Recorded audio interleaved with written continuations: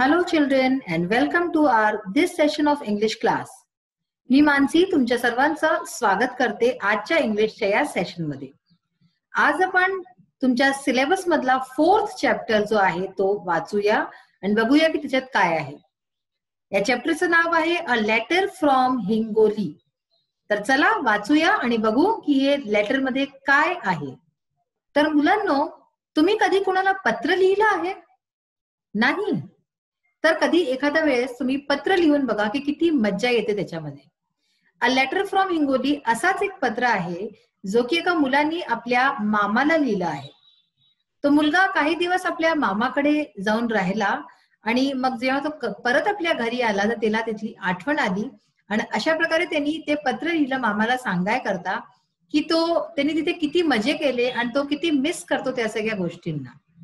तुम्ही सुद्धा असंच एखादं पत्र आपल्या कोणी नातेवाईकाला जवळच्या किंवा आपल्या मित्रमैत्रिणींना लिहू शकता. तसंच पाहाल तुम्हाला किती छान वाटतं, किती मज्जा येते. जेव्हा आपण पत्र लिहितो तर त्याच्यात बऱ्याचशा गोष्टी अगदी आपण मनातल्या उतारून लिहू शकतो, जे की समोरच्याला वाचायलाही खूप आनंद वाटतो. दुसरं, जेव्हा आपण पत्र लिहितो तर पत्र आपल्याकडे खूप खूप दिवस राहू शकतं, वर्षानुवर्ष आपण ठेवू शकतो. आणि जेव्हा आपण ते पत्र वाचू, कोणी समोरचंही वाचले तर त्याला ते पत्र वाचून खूप छान वाटेल, त्याला त्या सगळ्या आठवणी परत येऊ शकतात. तर अशा प्रकारे हे पत्र एक मुलांनी लिहिलेलं आहे. चला आपण ह्याला वाचू आणि समजू. सर्वात आधी अ लेटर फ्रॉम हिंगोली. तर हिंगोली हे एक जागेचं नाव आहे. ठीक आहे. अ लेटर फ्रॉम हिंगोली म्हणजे हिंगोलीहून एक पत्र. बघा आता, माय डिअर संजू मामा म्हणजे माझा प्रिय संजू मामा.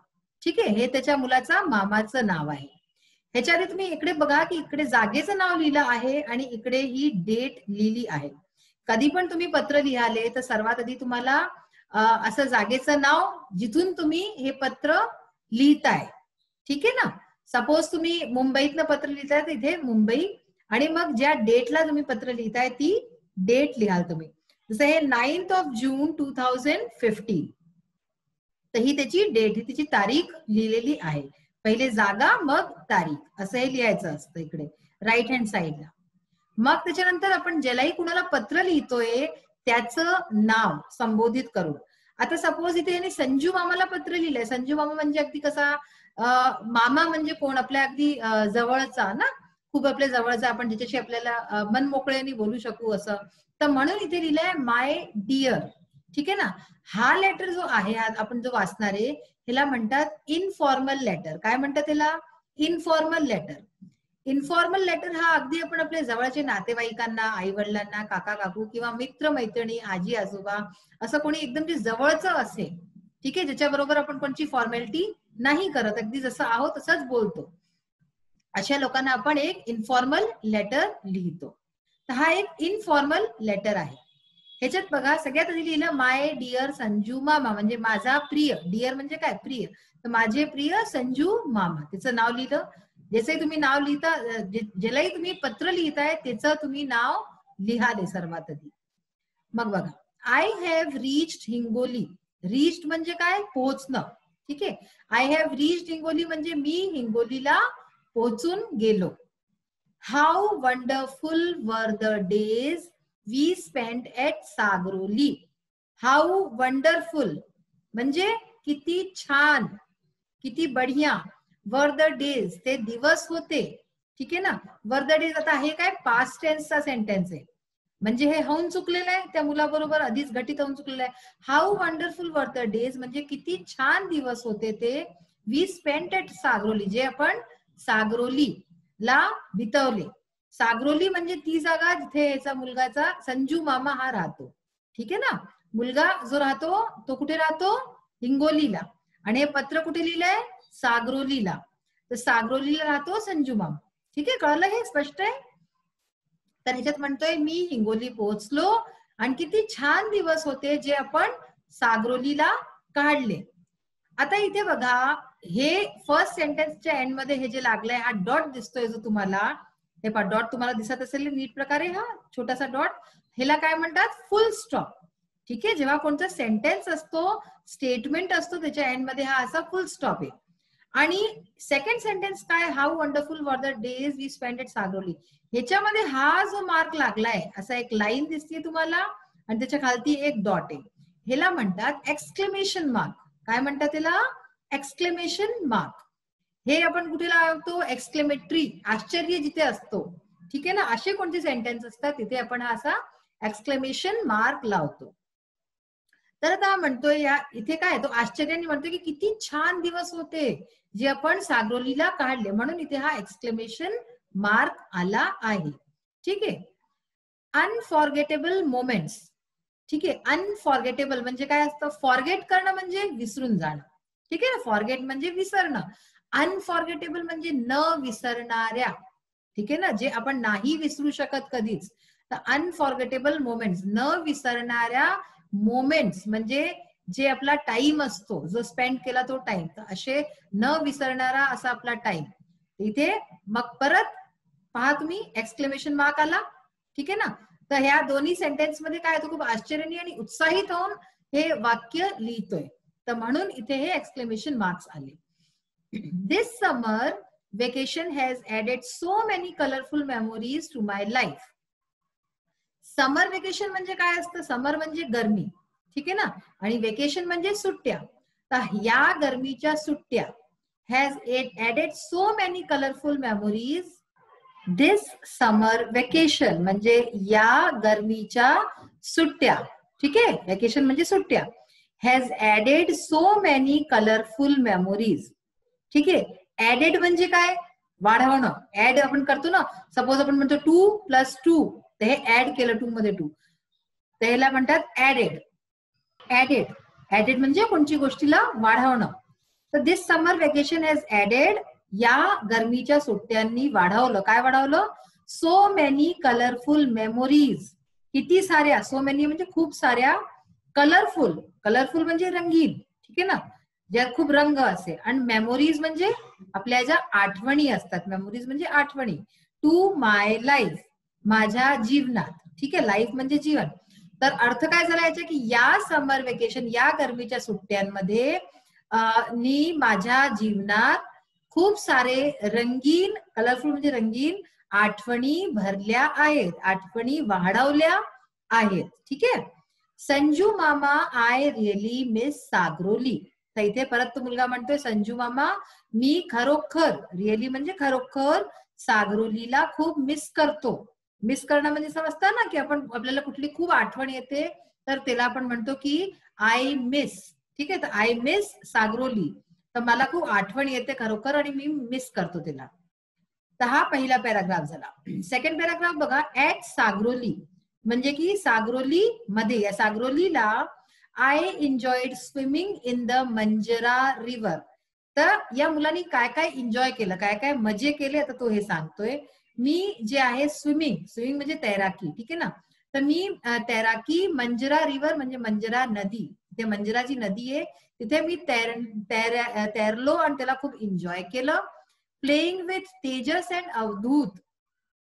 तेजस अँड अवधूत हे ह्याचे जरूर मामे भाऊ असतील, कारण की हे मामा आहे, मामाला पत्र लिहितोय, तर मामाचे मुलं असतील. तेजस आणि अवधूत बरोबर खेळणं. ठीक आहे. ऑनेक्स बँक, कुठल्या बँक मध्ये? बँक म्हणजे हे तसं बँक नाहीये पैशांवाला, बँक म्हणजे रिव्हरचं बँक, म्हणजे नदीचा जो किनारा आहे त्याला पण बँक म्हणतात, नदी का किनारा, तर त्याला बँक म्हणतात. तर रिव्हर्स बँक. तेजस आणि अवधूत बरोबर त्या नदीच्या किनाऱ्यावरती खेळणं पण मी खूप एन्जॉय केलं. मी स्विमिंग एन्जॉय केली, तैराकी एन्जॉय केली. And going on long walks through the Balaghat hills, आणि त्याच्याबरोबर बालाघाट जे हिल होते, ठीक आहे, जे पर्वत होते, तिथे गोईंग ऑन लॉंग वॉक्स, तिथे लंब्या लंब्या वॉक्स वरती फिरणं, म्हणजे लंब्या वॉक्स वरती चालणं मी खूप एन्जॉय केलं. हे सगळ्या वस्तू मी एन्जॉय केल्या. Riding a buffalo on the way back home, आणि असंच बफेलो म्हणजे काय असते? म्हस. तर म्हसच्या वरती, पाठीवरती बसून राईड करणं. ठीक आहे, रायडिंग म्हणजे काय असते, की त्याच्यावरती बसून राईड, जसं आपण हॉर्स रायडिंग करतो, घोड्याची सवारी करतो ना, घोडसवारी, तसंच riding a buffalo. I felt like the king of Sagroli, तर मला तेव्हा असं वाटलं जसं की मी सागरोलीचा राजा आहे. किंग ऑफ सागरोली म्हणजे सागरोलीचा राजा आहे. तर अशा प्रकारे या पॅराग्राफ मध्ये काय म्हटलं ह्यांनी मुलांनी की swimming in the Manjra river, swimming करणं मंजरा नदीमध्ये, तेजस आणि अवधूत बरोबर खेळणं त्याच्या किनाऱ्यावरती नदीच्या, आणि बालाघाट हिल मध्ये लंबी लंबी वॉक करणं म्हणजे चालणं, हे सगळं मी खूप एन्जॉय केलं, मला आवडलं.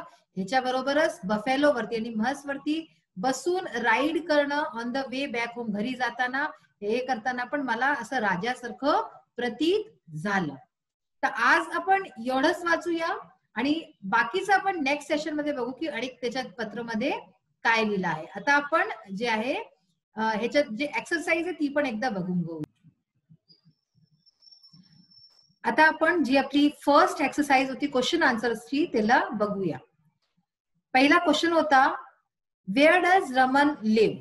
तर आपण ज्या मुलाच्या बाबतीत वाचतोय त्या पत्रात, ज्यांनी पत्र लिहिलंय त्या मुलाचं नाव आहे रमन. ठीक आहे. तर प्रश्न विचारलाय की वेअर डज रमन लिव्ह, म्हणजे रमन कुठे राहतो. तर रमन कुठे राहतो, कुठून हे पत्र लिहिलंय त्यांनी, हिंगोलीहून. ठीक आहे ना. तर रमन लिव्स इन हिंगोली. उत्तर कशी दिली ते तुम्ही नीट प्रकारे बघा. रमन लिव्ह, ठीक आहे, इथे डसचं एस लागून रमन लिव्स इन हिंगोली, म्हणजे रमन हिंगोलीला राहतो. वेअर डज संजू मामा लिव्ह, संजू मामा कुठे राहतो. तर संजू मामा कुठे राहतो, सागरोलीला. संजू मामा लिव्स इन सागरोली. तुम्हाला नुसतं किती लक्षात करायचं आहे, इन हिंगोली, इन सागरोली, हे तर तुमचं प्रश्नातच येतं, हे तुम्हाला लर्नही करायची जरूरत नाहीये. Name the river in Sagroli. सागरोलीला कोणत्या रिव्हर मध्ये तो जात होता रमन. तर the river in Sagroli is Manjra. ठीक आहे, मंजरा रिव्हर होतं ना, नदीचं नाव मंजरा होतं. River in Sagroli is Manjra. Who has a library. आता हे आपण जे नेक्स्ट पुढे वाचू प्रश्न आपल्या ह्याच्यामध्ये, आता हे आपण जेव्हा लेटर आपलं पूर्ण वाचू तर आपल्याला सगळं दिसेल की हे सगळे पण त्याच्यात पार्ट्स आलेले आहेत. क्वेश्चन आन्सर्स तुम्हाला आधी करून देते मी, ते तुम्ही लिहून घ्या आणि मग जसं जसं कहाणी पुढे वाढेल आपली जी लेटर आहे तुम्हाला सगळं कळेल. हु हॅज अ लायब्ररी, ह्याच्यामध्ये एक लायब्ररीचाही उल्लेख केला गेलाय. तर म्हटलंय कुणाची लायब्ररी आहे, काका आजोबा हॅज अ लायब्ररी. तर लायब्ररी कुणाची आहे, काका आजोबाची. If Raman made a list of his relative at Sagroli. जर रमन एक लिस्ट बनवे आपल्या रिलेटिव्हची सागरोलीमध्ये जे राहतात, what names would he write, तर तो कोणते नावं लिहिले. ठीक आहे, जर तो लिस्ट बनवे सागरोलीत राहणाऱ्या आपल्या सगळे नातेवाईकांची, तो कुणाकुणाची नावं लिहेल. तर त्याच्यात नावं येतील संजू मामा. ठीक आहे, आणि हे सगळ्यांची नावं पुढे करून तुम्हाला पत्रात ऐकू येतील. आजी, आजोबा, राजू मामा, शैला मामी, मीरा मामी, काका आजोबा, तेजस अँड अवधूत. ठीक आहे, हे तर नाव येऊन गेले होते आपले, Tejas and Avadhoot. Maternal cousins. मॅटर्नलचं काय अर्थ असतं, म्हणजे जे आईकडले असतात. ठीक आहे ना, आईकडले जे नातेवाईक असतात त्यांना आपण म्हणतो मॅटर्नल, आणि जे वडिलांकडले नातेवाईक असतात त्यांना आपण म्हणतो पॅटर्नल. काय म्हणतो, पॅटर्नल. स्पेलिंग हीच राहते मॅटर्नल सारखी, बस एमच्या जागी पी लागून जातो. ठीक आहे, तर हे सगळे नावं आहेत जे त्यांनी लिस्ट जर बनवली असती तर लिहिले असते. Now list the interesting things that Raman did at Sagroli. सागरोलीला त्यांनी काय काय मज्जे केले रमननी, त्याची एक लिस्ट बनवायची आपल्याला. ठीक आहे, तर हा वाला पॅराग्राफ तर आपण वाचून चुकलोय, त्याचा आपण आन्सर आरामाने लिहू शकतो. Enjoyed swimming in the river Manjra. ठीक आहे, मंजरा जी नदी होती त्याच्यामध्ये त्यांनी स्विमिंग केली आणि ती एन्जॉय केली. Played with Tejas and Avadhoot on the banks of Manjra. Manjra जी नदी होती तिच्या किनाऱ्यांवरती, बँक्स वरती जो तो तेजस आणि अवधूत या दोघांबरोबर खेळला, ते त्यांनी एन्जॉय केला. आणि went on long walks through the Balaghat hills. Balaghat hill मध्ये तो जो लंबी लंबी त्यांनी वॉक केली, चालला फिरला, ते त्यांनी एन्जॉय केलं. रोड अ बफेलो. बफेलो म्हणजे म्हस. म्हस वरती जो तो फिरला, त्याच्यावरती जो त्यांनी सवारी केली, ती पण त्यांनी खूप एन्जॉय केली. आणि असंच read the bound volumes of Kishore Champak and Kumar. तर हे पुढे येईल अजून, त्यांनी खूप साऱ्या पुस्तकं वाचल्या. ठीक आहे, किशोर चंपक अँड कुमार हे जे आहे नावं आहेत पुस्तकांचे. तर ह्याचे बाउंड ऑफ व्हॉल्युम्स म्हणजे खूप साऱ्या पुस्तका, ह्याच्या ढेर साऱ्या पुस्तका त्यांनी तिथे वाचल्या. तर हे सगळं त्यांनी तिथे एन्जॉयमेंट केलं.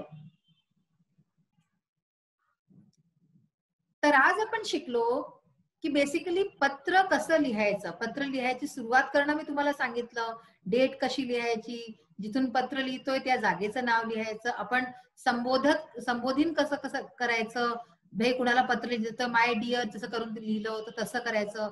मग आपण सेंटेन्सेसच्या बारेत वाचलं 2 प्रकारचे. एक तर स्टेटमेंट्स ज्याच्यात एंडमध्ये फुल स्टॉप असतं आणि एक एक्सक्लेमेशनचे सेंटेन्सेस हे पण वाचले. ठीक आहे ना. मग पत्र इनफॉर्मल फॉर्मल 2 प्रकारचे असतात हेही आपल्याला आज कळलं. त्याच्याशिवाय आज आपण प्रश्नोत्तर पण बघितले या चॅप्टरचे. तर आजचा सेशन तुम्हाला कसा वाटला? छान वाटलं ना? मजा आली ना? आज तुम्ही पण मग असंच एक पत्र कुणातरीला लिहा आणि बघा कशी मजा होते. Be healthy, be happy, be safe. Thank you. Have a nice day.